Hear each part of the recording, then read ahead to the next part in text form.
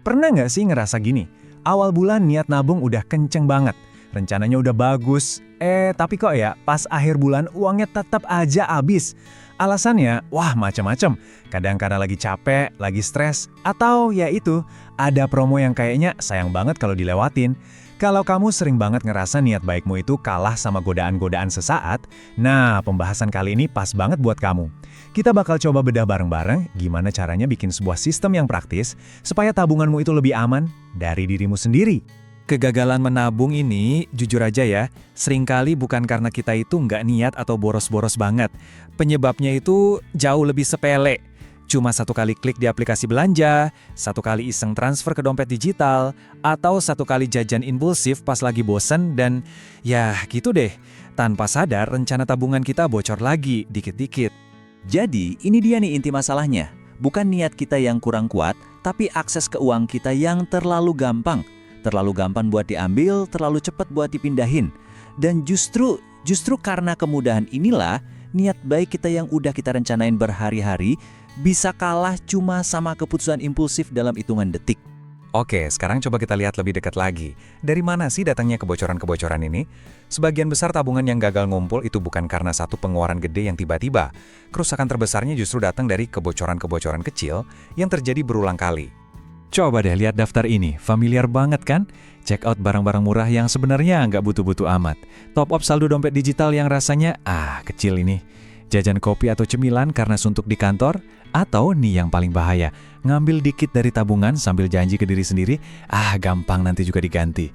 Satu-satu emang rasanya sepele, tapi kalau dijumlahin, ya inilah yang bikin tabungan nggak pernah nambah. Inilah kenyataannya, ancaman terbesar buat tabungan kita itu bukanlah satu godaan besar yang mahal, tapi yaitu ratusan godaan kecil yang kita iya-iyain tanpa mikir panjang. Kebocoran inilah yang ngerogotin rencana keuangan kita pelan-pelan, tapi pasti. Yuk, coba kita jujur sama diri sendiri sebentar. Pengeluaran impulsif terakhir yang kamu lakuin itu terjadi karena kamu benar-benar butuh barangnya atau karena uangnya emang terlalu gampang buat diakses saat itu juga? Jawabannya seringkali bukan, saya orangnya boros, tapi saya nggak punya pagar. Nah, karena kita nggak bisa selamanya ngandelin kemauan doang, kita butuh strategi yang lebih cerdas. Kita perlu ngebangun sebuah sistem, sebuah pagar yang bisa ngelindungi niat baik kita dari versi diri kita yang lagi capek atau lagi goyah. Disiplin itu penting banget, tapi kita harus realistis. Disiplin itu kayak baterai, ada batasnya. Ada hari di mana kita ngerasa kuat, tapi pasti ada hari di mana kita capek dan pertahanan kita melemah. Kalau seluruh rencana keuanganmu cuma bergantung sama semoga hari ini aku kuat, wah itu rencana yang rapuh banget. Sistem yang baik itu bakal tetap kerja ngelindungin kamu, bahkan pas baterai disiplinmu lagi lobat. Dalam ilmu ekonomi perilaku, pagar ini sebenarnya punya istilah teknis loh, commitment device. Kedengarannya ribet, tapi ini adalah sesuatu yang kita lakuin setiap hari tanpa sadar. Contohnya, sengaja nggak beli stok es krim di rumah biar nggak tergoda makan tengah malam. Nah, itu dia commitment device, sebuah alat atau aturan yang sengaja kamu pasang buat ngelindungin keputusan baikmu dari kelemahan sesaat. Penting banget buat diingat, tujuan masang pagar ini bukan buat nyiksa diri ya. Tujuannya cuma satu, menciptakan jedah. Sebuah hambatan kecil yang memperlambat keputusan impulsif supaya ngasih waktu buat akal sehat kita ngomong dulu sebelum kita neken tombol bayar. Oke, sekarang kita masuk ke bagian intinya nih. Gimana cara ngebangun pagar ini secara praktis? Yuk kita lihat beberapa alat dan langkah konkret yang bisa langsung kamu terapin buat bikin sistem anti bocor versi kamu sendiri. Langkah pertama yang paling fundamental adalah ngubah cara kita mandang rekening. Rekening harian yaitu buat arus kas, bayar tagihan, ongkos, makan. Kartu ATM-nya ada di dompet, dan saldonya emang kita anggap tersedia.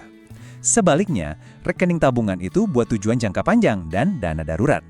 Kartu ATM-nya idealnya disimpan di tempat yang susah dijangkau, atau bahkan nggak usah dibikin sama sekali. Saldonya harus kita anggap terkunci. Jadi, ini 3 langkah sederhananya.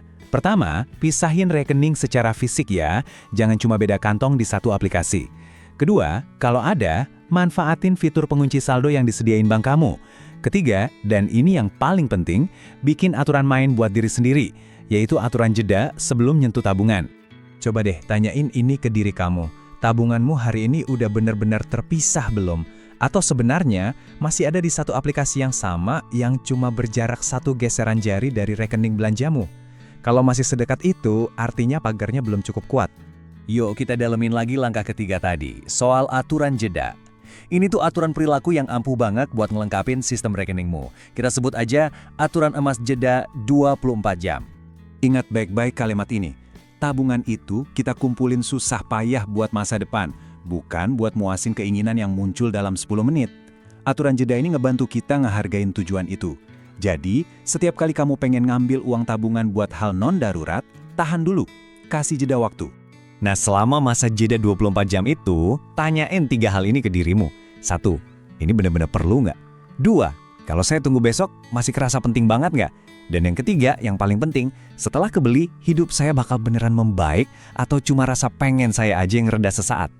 Sering banget setelah 24 jam, dorongan itu udah hilang dengan sendirinya. Mungkin ini semua kedengarannya kayak perubahan yang kecil banget ya, tapi jangan pernah remehin dampaknya. Coba kita lihat hasil nyata yang bisa didapetin dari sebuah sistem yang sederhana. Kita bikin simulasi simple aja. Anggap dalam sebulan ada 8 kali momen impulsif di mana kamu tergoda buat check out barang-barang kecil atau jajan di luar rencana.